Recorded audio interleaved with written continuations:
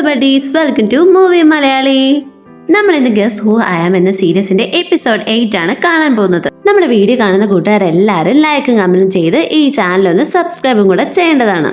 ഇതുപോലത്തെ ഡ്രാമകൾ നിങ്ങൾക്ക് ഇഷ്ടമാണെങ്കിൽ അത് നിങ്ങൾക്ക് കമന്റിലൂടെ അറിയിക്കാം. ഞാനത് നിങ്ങൾക്ക് വേണ്ടി എക്സ്പ്ലെയിൻ ചെയ്യുന്നതായിരിക്കും. എപ്പിസോഡിന്റെ തുടക്കത്തിലാണെങ്കിൽ സോങ് വീട്ടിലോട്ട് വരികയാണ്. നോക്കുമ്പോ ആ സോഫയില് നമ്മുടെ കണ്ണാടി ചെറുക്കനും ഷെന്നും കൂടി ആകെ മടുത്ത് തളർന്നിരിക്കുകയാണ്. എല്ലാവർക്കും ഓരോ പരിക്കുണ്ട് കേട്ടോ. സോങ്ങിന്റെ കാര്യം പിന്നെ പറയണ്ടല്ലോ, അതുകൊണ്ട് ആരും ഒന്നും അങ്ങോട്ടും ഇങ്ങോട്ടും മിണ്ടുന്ന പോലും ഇല്ല. 3 പേരും കൂടി ഇങ്ങനെ അങ്ങ് ഇരിപ്പാണ്. എന്നിട്ട് അവളാണെങ്കിൽ അവളുടെ ഫോൺ ഇങ്ങനെ ചെക്ക് ചെയ്യായിരിക്കും. അപ്പൊ എന്താ 99+ മെസ്സേജ് ആണ് വന്നിട്ടുള്ളത്. ആരാടാ അപ്പൊ എനിക്ക് ഇത്ര മെസ്സേജ് അയക്കുന്നതെന്ന് പറഞ്ഞിട്ട് അവൾ നോക്കിയപ്പോ എന്നാ നമ്മുടെ അനിയും കുട്ടനാണ് മെസ്സേജ് അയച്ചിരിക്കുന്നത്. അവളാണെങ്കിൽ അത് മൊത്തം അപ്പൊ തന്നെ ഡിലീറ്റ് ആക്കാണ്, ഒരു റിപ്ലൈ പോലും കൊടുക്കാതെ. ഇതേ സമയം അനിയും കുട്ടനാണെങ്കിലോ ഇത്രയും മെസ്സേജ് അയച്ചിട്ടും അവൻ പിന്നെ ഭയങ്കര ലുക്കായിട്ട് എന്നിട്ട് സെൽഫി ഒക്കെ എടുത്തിട്ട് ഇവൾക്ക് അയക്കുകയാണ്. അപ്പത്തേക്കും എന്നാ ഇവൻ അറിയുകയാണ് അവളാണെങ്കിൽ ഇവനെ ബ്ലോക്ക് ചെയ്തു എന്ന്. ഇങ്ങനെയൊക്കെ ചെയ്താലും നമ്മൾ അനയും കുട്ടൻ വെറുതെ ഇരിക്കില്ല. അവന്റെ മനസ്സിൽ എന്തൊക്കെയോ പ്ലാൻ ഉണ്ട്. അവൻ അത് മോത്തി ഇങ്ങനെ ചിരിച്ചുകൊണ്ടിരിക്കുകയാണ്. ഇതേ സമയം സോങ് ആകട്ടെ 2 പേരെ അടുത്ത് പിടിച്ചിരുത്തിയിട്ട് പറയുകയാണ്, നിങ്ങൾ വിഷമിക്കേണ്ട പിള്ളേരെ, ഞാൻ എന്തായാലും ഇല്ലേ സെറ്റാക്കാം. ഈ പ്ലാൻ പോയി നല്ലേ ഉള്ളൂ, അടുത്ത നമുക്ക് ഇനിയും പ്ലാൻ ഉണ്ടാക്കാം. അതുമല്ല ഇന്നാണെങ്കിലുണ്ടല്ലോ എൻ്റെ പവർ അവൻ്റെ കണ്ണിൽ വർക്കായി, അതുകൊണ്ട് തന്നെ നമുക്ക് ഇതും വെച്ച് കുറച്ചുകൂടെ കളികൾ കളിക്കാമെന്ന് അവർ തീരുമാനിക്കുന്നു. അപ്പൊ നമ്മുടെ കണ്ണാടി ചെറുക്കനും ഷെന്നിനും സന്തോഷമാണ്. കാരണം എന്താ, പവർ തിരിച്ചു കിട്ടിയല്ലോ. ഇതേ സമയം നമ്മുടെ ഹീറോ ആകട്ടെ ഇന്റർനെറ്റിലൊക്കെ ഇങ്ങനെ സെർച്ച് ചെയ്യുകയാണ് എങ്ങനെ ഇവരുടെ അട്രാക്ഷനിൽ നിന്നും ഒഴിവാവാമെന്ന്. അപ്പൊ അതിൽ കുറെ കമന്റ് ഒക്കെ കാണുന്നുണ്ട്. അങ്ങനെ അവൻ അതൊന്നും ഇഷ്ടപ്പെടുന്നില്ല. അവൻ അപ്പൊ തന്നെ ഇതൊന്നും ശരിയാവില്ല എന്ന് പറഞ്ഞിട്ട് മാറ്റി വെച്ചിട്ട് ഇങ്ങനെ എന്താ ചെയ്യാന്ന് പറഞ്ഞിട്ട് ഇരിക്കുകയാണ്. അപ്പൊ അതേ പുറത്തുനിന്നൊരു സൗണ്ട് കേൾക്കുന്നു. അവൻ ചെന്ന് നോക്കുമ്പോഴതാ നമ്മുടെ സോങ് ആണ് വന്നേക്കുന്നത്. വാ വാ ഇങ്ങോട്ട് വാ, വാതിൽ തുറക്ക്, ഞാൻ കേറട്ടെ എന്ന് ഇവളിങ്ങനെ പറയാണ്. അപ്പത്തേക്ക് ഇവൻ ആകെ അരിശം വരുന്നുണ്ട്. ഇനി ഇവളുടെ കണ്ണിൽ നോക്കിയാ പിന്നെ ഞാൻ പൊസസ് ആവും എന്നൊക്കെ പേടിച്ച് ഇവൻ ഇങ്ങനെ പോവുകയാണ്. എന്നിട്ട് വാതിൽ തുറന്നു തന്നെ ഇവളിങ്ങനെ നോക്കിക്കൊണ്ടിരിക്കുകയാണ് അവന്റെ കണ്ണിൽ തന്നെ വേണമെന്ന് വെച്ചിട്ട് പൊസസ് ചെയ്യാൻ വേണ്ടിയിട്ട്. നീ എന്തിനാ ഇങ്ങോട്ട് വന്നേന്ന് ചോദിക്കുമ്പോഴത്തേക്കും അവള് പറയുന്നത്, എന്നാ നമ്മുടെ കല്യാണം കഴിഞ്ഞില്ലേ, പിന്നെ എനിക്ക് ഇടയ്ക്കൊക്കെ വരാലോ, വാ നമുക്ക് കുറച്ച് സംസാരിച്ചിരിക്കാന്ന് പറഞ്ഞിട്ട് ഉള്ളിലോട്ട് പോകുന്നു. അവൾ എന്നിട്ട് അവനെ വിടുന്നേയില്ല. എനിക്ക് കോൺട്രാക്ട് തിരിച്ചു തരാവോ, ഞാനാണെങ്കിൽ അത് ഓർത്ത് എനിക്കാണെങ്കിൽ ഉറക്കവും വരുന്നില്ല, കഴിക്കാനൊന്നും പറ്റുന്നില്ല, എന്തിനാ നീ എന്നിങ്ങനെ ഇട്ട് കഷ്ടപ്പെടുത്തുന്നേ, എനിക്ക് ആ കോൺട്രാക്ട് തിരിച്ചു തന്നൂടെ എന്ന് ഇവളിങ്ങനെ സൗമ്യമായിട്ട് അവനെ നോക്കി ചോദിക്കുകയാണ്. അവനാണെങ്കിൽ ഉള്ള കൺട്രോൾ മൊത്തം പോയിരിക്കുകയാണ്. അവനപ്പം ഇങ്ങനെ മനസ്സിൽ വിചാരിക്കും, ദേമി ഞാൻ ഇവൾക്ക് കൊടുത്താലോ എന്നൊക്കെ ആലോചിക്കണം അവൻ. എന്നിട്ട് അവനെ തന്നെ കൺട്രോൾ ചെയ്ത് വേണ്ട വേണ്ട, ഞാൻ എന്തിനാ ഇങ്ങനെയൊക്കെ ചിന്തിക്കുന്നേ, അങ്ങനെയൊന്നും ചിന്തിക്കാനേ പാടില്ല എന്നൊക്കെ പറയുന്നുണ്ട്. പക്ഷെ അവന്റെ ഒരു കൈയാണെങ്കിൽ കോൺട്രാക്ട് എടുക്കാൻ വേണ്ടി പോകുന്നുണ്ട്. പക്ഷെ അവൻ അടുത്ത കൈ കൊണ്ട് ആ കൈനെ പിടിച്ചിട്ട് മാറ്റുകയാണ്. എടാ വേണ്ട വേണ്ട ഇങ്ങനെയൊന്നും ചെയ്യല്ലേ എന്ന് പറഞ്ഞിട്ട്. അവൻ എത്രത്തോളം മാറിയാലും പിന്നെയും അവള് വരികയാണ്. അവൻ എന്നിട്ട് ഇങ്ങനെ എക്സസൈസ് ചെയ്തുകൊണ്ടിരിക്കുമ്പോഴത്തേക്ക് ഇവള് വരികയാണ്. ഹായ് ഹാൻസം, ഞാനിതാ നിന്റെ പ്രിയപ്പെട്ട ഭാര്യ ഇവിടെ വന്നിരിക്കുന്നതേ, കുറച്ച് വെള്ളം കുടിച്ചു വെക്കുന്നൊക്കെ പറഞ്ഞിട്ട് ഇങ്ങനെ വരികയാണ്. അവൻ അതൊക്കെ മാറ്റി വിടുന്നുണ്ട്. പിന്നെ ഇതേ നിനക്ക് ഭയങ്കരമായിട്ട് നീ വീർത്തല്ലോ എന്നൊക്കെ പറഞ്ഞിട്ട് ഇങ്ങനെ ഒപ്പി കൊടുക്കുകയാണ് കേട്ടോ അവനോട്. അവൻ ആകെ ദേഷ്യമുണ്ട്. ലാസ്റ്റ് അവൻ സഹിക്കിട്ട് അവളെ ഇങ്ങനെ ചേർത്ത് അടുപ്പിച്ച് പിടിച്ച് പറയുകയാണ്, നീ എൻ്റെ ഭാര്യ എന്നല്ലേ പറഞ്ഞത്, അതുകൊണ്ട് റൂമിലോട്ട് നമുക്ക് ഇന്റിമേറ്റ് ആവാമെന്ന് പറയുന്നത്. ഇത് കേട്ടതും അവൾ ആകെ അമ്പരന്ന് പോവുകയാണ്. അപ്പൊ തന്നെ അവൾ അവിടെ സ്ഥലവും വിടുന്നു. വീട്ടിലെത്തി അവളോടാണെങ്കിൽ കണ്ണാടി ചെറുക്കനും ഷെന്നും ചോദിക്കുന്നുണ്ട് എന്ത് പറ്റി, എല്ലാം സെറ്റായോ എന്ന്. പിന്നെ അവളുടെ മുഖം കാണുമ്പോഴത്തേക്ക് അവർക്ക് മനസ്സിലാകും ആ പ്ലാനിങ്ങും ഫെയിലായെന്ന്. പിന്നെ നമ്മളെ കാണിക്കുന്നത് ചെയർമാനെയും ഭാര്യനെയുമാണ്. പുള്ളിക്കാരി ഇങ്ങനെ എന്തോ കാര്യം സാധിക്കാൻ വേണ്ടിയിട്ട് നൈസായിട്ട് അടുത്ത് വന്നിരിക്കുകയാണ്. നിങ്ങളാണെങ്കിൽ ലിയാങ്കായിട്ട് ആ പ്രശ്നത്തിന് ശേഷം ഇപ്പൊ മിണ്ടിയിട്ട് പോലും ഇല്ലല്ലോ, അതുകൊണ്ട് തന്നെ ഇന്ന് നമുക്ക് ഡിന്നറിന് നമ്മുടെ ജീനെയും അതുപോലെ തന്നെ സോങ്ങിനെയും ലിയാങ്കിനെയും മകളെയും വിളിക്കാമെന്ന് പറയുന്നു. ചെയർമാനും ആലോചിക്കുന്നുണ്ട്. അത് ശരിയാണ്, ഞാനും അങ്ങനെ ആലോചിക്കുന്നുണ്ട് എന്ന് പറഞ്ഞ് നമുക്ക് തീരുമാനമെടുക്കാമെന്ന് പറഞ്ഞിട്ട് അവിടെ നിന്ന് പോകുന്നു.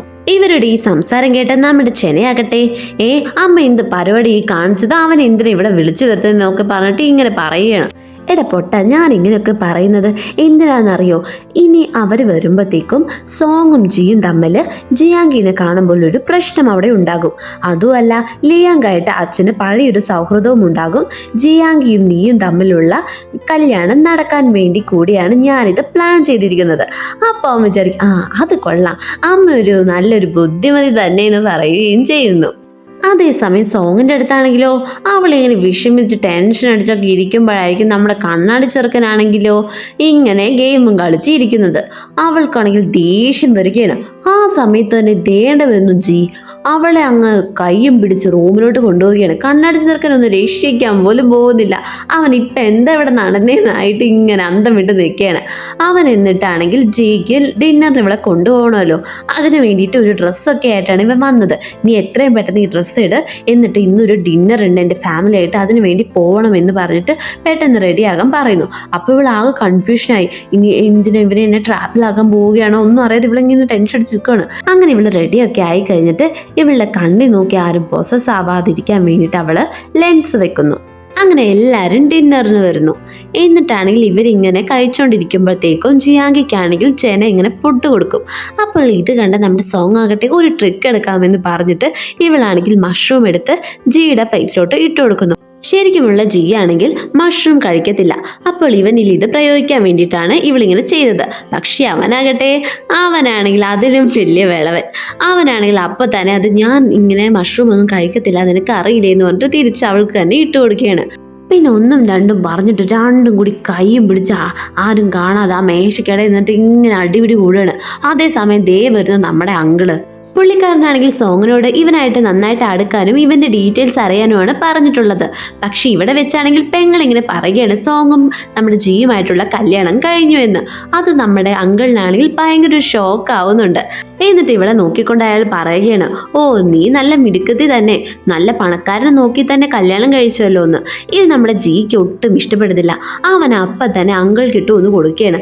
അതുകൊണ്ടായിരിക്കും നിങ്ങളുടെ പെങ്ങളും ഇങ്ങനെ തന്നെ ചെയ്തതെന്ന്. ഇത് കേട്ടതും ചെനയാണെങ്കിൽ ഇഷ്ടപ്പെടാതെ അവനെ എതിർക്കുന്നുണ്ട്. അപ്പത്തേക്കും അച്ഛനും അമ്മയും അവനെ ഇരുത്തിയിട്ടാണെങ്കിൽ അച്ഛനാണെങ്കിൽ ജീനും കൊണ്ട് ഒരു റൂമിലോട്ട് പോകുന്നു. നീ സോങ്ങും കല്യാണം കഴിഞ്ഞവരല്ലേ, പിന്നെ എന്തിനാണ് നിങ്ങളിങ്ങനെ വെവ്വേറെ താമസിക്കുന്നത്, ഒരുമിച്ച് താമസിച്ചൂടെ എന്ന് അച്ഛൻ അവനോട് ചോദിക്കുന്നു. ഇതിന് മറുപടി അവൻ പറയുന്നതോ, ഞാനും അവളും പണ്ടേ സുഹൃത്തുക്കളാണ്, അതുകൊണ്ട് തന്നെ ഇപ്പോൾ ഞങ്ങൾ കണ്ടപ്പോൾ ഞങ്ങൾക്ക് പൊരുത്തപ്പെടാൻ കുറച്ച് ടൈം വേണം, അതിനു വേണ്ടിയാണ് ഞങ്ങൾ ഇങ്ങനെ താമസിക്കുന്നുണ്ടെന്ന് പറയുന്നെങ്കിലും അച്ഛൻ അതിന് സമ്മതിക്കുന്നില്ല. എത്രയും പെട്ടെന്ന് തന്നെ ഒരുമിക്കണമെന്ന് പറയുന്നു. ഇതേ സമയം അങ്കിളാകട്ടെ ഡിന്നറൊക്കെ കഴിഞ്ഞിട്ട് സോങ്ങിന്റെ അടുത്തേക്ക് പോവുകയാണ്. കാരണം എന്താ, ഇവളിപ്പോ ചെയ്തോണ്ടിരിക്കുന്നതൊന്നും ഇയാൾ പറഞ്ഞിട്ടല്ലല്ലോ. നീ എൻ്റെ പൈസ വാങ്ങിയിട്ട് ഇവന്റെ ഭാര്യയായിട്ടാണോ അഭിനയിക്കുന്നത്, ഞാൻ പറഞ്ഞത് അങ്ങ് ചെയ്താൽ പോരെ എന്നൊക്കെ ഇയാൾ ഇവളോട് ചോദിക്കുകയാണ്. അപ്പൊ തന്നെ നമ്മുടെ സോങ് പറയുന്നുണ്ട്, ഞാനിപ്പോൾ നിങ്ങളുടെ ഫാമിലിയിലോട്ട് കടന്നു വന്നിരിക്കുകയാണ്, നിങ്ങളുടെ പൈസയൊക്കെ ഞാൻ എത്രയും പെട്ടെന്ന് തന്നെ തരാം. ഇതും പറഞ്ഞ് അവൾ പോകുന്നത് നേരെ ജിയാങ്ങിയുടെ അടുത്തേക്കാണ്. അവളാണെങ്കിലോ അവളെ കാത്തിരിക്കുകയാണ് ഇറിറ്റേറ്റ് ചെയ്യാൻ വേണ്ടിയിട്ട്. നമ്മുടെ പെണ്ണും മോശമല്ലല്ലോ, അവളും തിരിച്ച് നന്നായിട്ട് പറയുകയാണ്.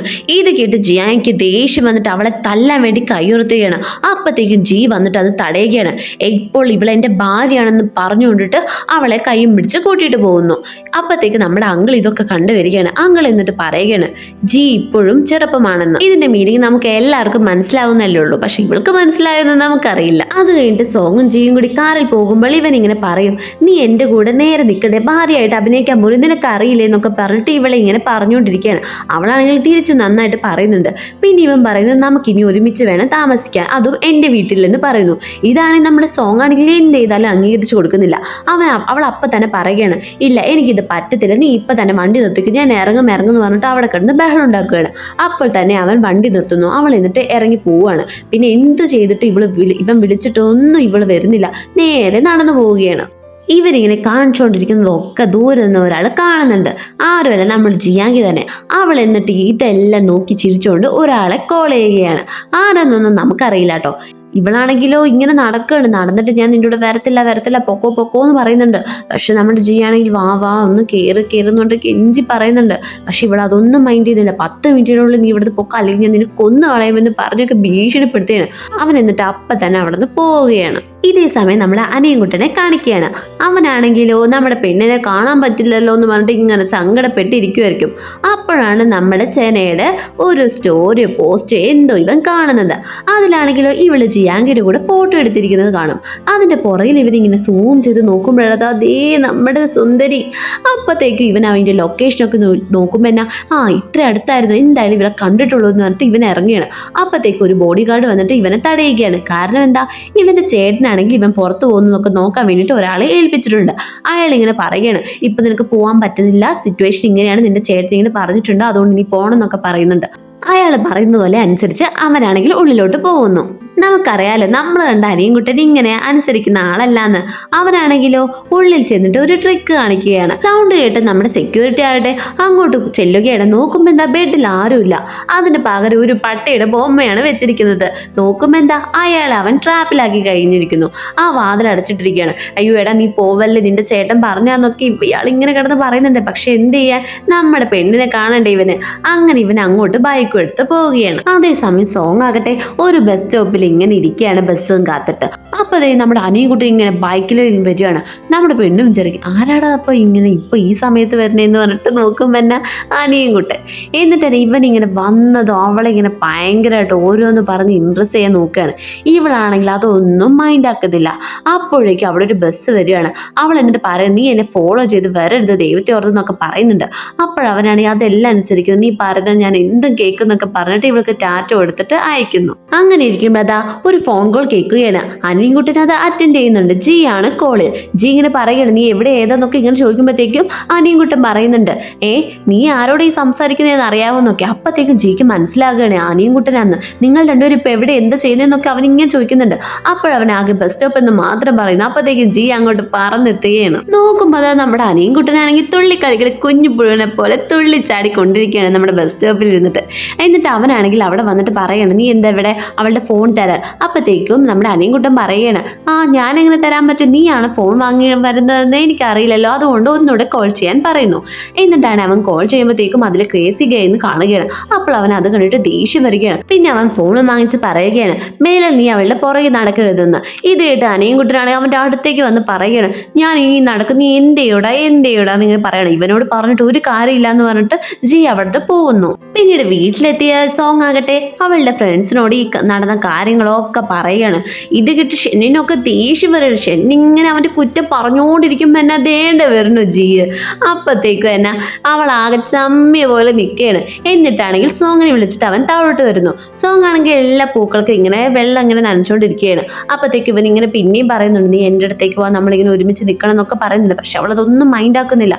ശരി വേണ്ടെങ്കിൽ വേണ്ടത് നിന്റെ ഫോൺ എടുത്തോന്ന് പറഞ്ഞിട്ട് ഫോൺ ഇങ്ങനെ അവളുടെ മുഖത്തേക്ക് കാണിച്ച് ഫേസ് ലോക്ക് മാറ്റുന്നു അവൻ. എന്നിട്ട് അവൻ്റെ പേര് ക്രേസി ഗേ എന്ന് മാറ്റിയിട്ട് ഇവനാണെങ്കിൽ അത് ഡിയർ നേടുന്നു. അവൾക്കത് ഒട്ടും ഇഷ്ടപ്പെടുന്നില്ല. അവൾ അപ്പത്തേക്ക് ഫോൺ തട്ടിപ്പറിക്കാൻ വരുന്നു.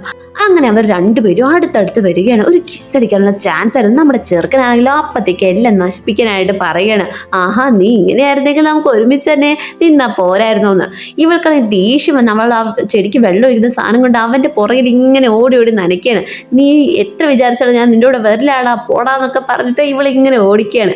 എന്നിട്ടാണെങ്കിൽ ഇവൻ പിന്നെ അവിടുന്ന് പോവുകയാണ്. അതിനുശേഷം ഫ്രണ്ട്സും എല്ലാവരുമായിട്ട് ഇവൻ ഇങ്ങനെ പ്ലാൻ ചെയ്യുകയാണ്. എന്തായാലും അവളെ ഇങ്ങോട്ട് കൊണ്ടുവന്നിട്ടേ ഉള്ളൂ. അതിനായിട്ട് ഇവരിങ്ങനെ പ്ലാൻ ചെയ്യുകയാണ്. നമ്മുടെ പെണ്ണിനി വരുമോ ഇല്ലയോ എന്നൊക്കെ നമുക്കിനി അടുത്ത എപ്പിസോഡിൽ കാണാം. നിങ്ങളുടെ അഭിപ്രായങ്ങൾ കമന്റ് ബോക്സിലൂടെ അറിയിക്കാവുന്നതാണ്. നിങ്ങൾ വീഡിയോ ലൈക്ക് ചെയ്തും കമന്റ് ചെയ്തും അതുപോലെ തന്നെ ചാനലിന് സബ്സ്ക്രൈബും കൂടെ ചെയ്യണം. അടുത്ത വീഡിയോയുമായി കാണാം. ബൈ.